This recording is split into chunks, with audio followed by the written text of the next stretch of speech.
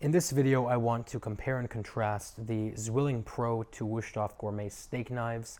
Again, anytime you're dealing with a high-end straight-edge steak knife, you do have to use them differently than your run-of-the-mill cheap serrated steak knives. You put the tip straight down on the plate just like this, and you slice straight through the meat almost as if you were using a scalpel. You don't saw through like this, and you don't put the whole edge directly on the plate. And that's because by using it the way I said, you only are going to dull the tip of the knife, so it doesn't really matter either way.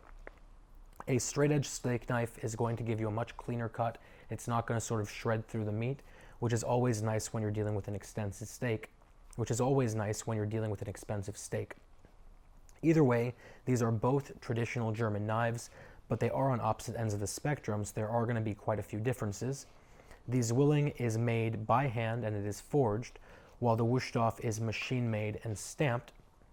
And while they both use very similar steels, 57 hardness for the Zwilling, 58 hardness for the Wusthof, they are ground to very different cutting angles.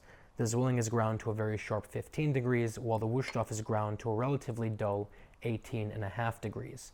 And what that means is the Zwilling can be used to shave, while the Wusthof is not sharp enough to do that, just to give you an idea and to put it in perspective what the difference is between the cutting angles of these two knives. They are both German design knives, like I said, so they have very similar handles. The handle of the Zwilling is very heavy, it has a really thick tang, and it also has very high quality plastic scales. And as a design element of the Pro series, it also has these rounded bolsters, which are normally used for a nice pinch grip, though with a steak knife that doesn't really matter.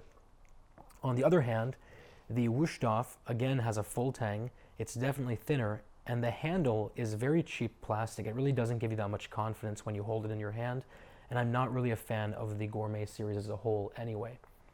Both have lifetime warranties, so it really comes down to personal preference.